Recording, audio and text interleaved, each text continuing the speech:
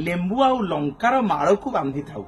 ए लेंबू लंका होची अलक्ष्मींकर खाद्य।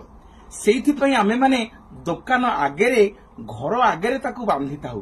कारण लक्ष्मी आउ अलक्ष्मी जेतेबेले सांग होइकी आसंती, लक्ष्मी घर भितर प्रवेश करती एवं अलक्ष्मी दांड दुआरू ए लेंबू आउ लंका को खाई आनंद रे पळेई जांती।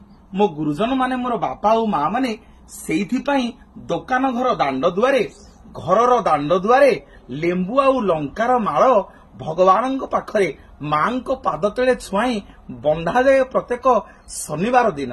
निवेदन करी घरे जेतेबेले आपण माने लेंबू लंका रखुछंती गोटे डालारे लेंबू को आउ लंका को रखिबे नहीं। अनुरोध करी लेंबू लंका माळ को नहीं कि घर भितर केतेबेले बांधिबे नहीं। कारण घर भितर बांधिले दरिद्र देवी आपण घर भितर पशिबे, आपण को दरिद्र गोड़ेब।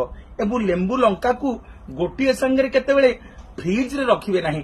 फ्रिज रे रखिले दरिद्र देवी आपण घर भितर को जिबे, आपण को दरिद्र गोड़ेब। सेइथिपई ए लेंबू लंका होची दरिद्र देवींकर खाद्य। तेणु दरिद्र देवींकर खाद्य होइथिबारु दुकान आगेरे घर आगेरे ताकू बांधी दिया जाए। सेठू अलक्ष्मी दरिद्र देवी ताकू खाई देई फेरी जाती आम घर को आउ अशुभ प्रवेश करेनी। जय जय जगन्नाथ महाप्रभु, जय श्री जगन्नाथ।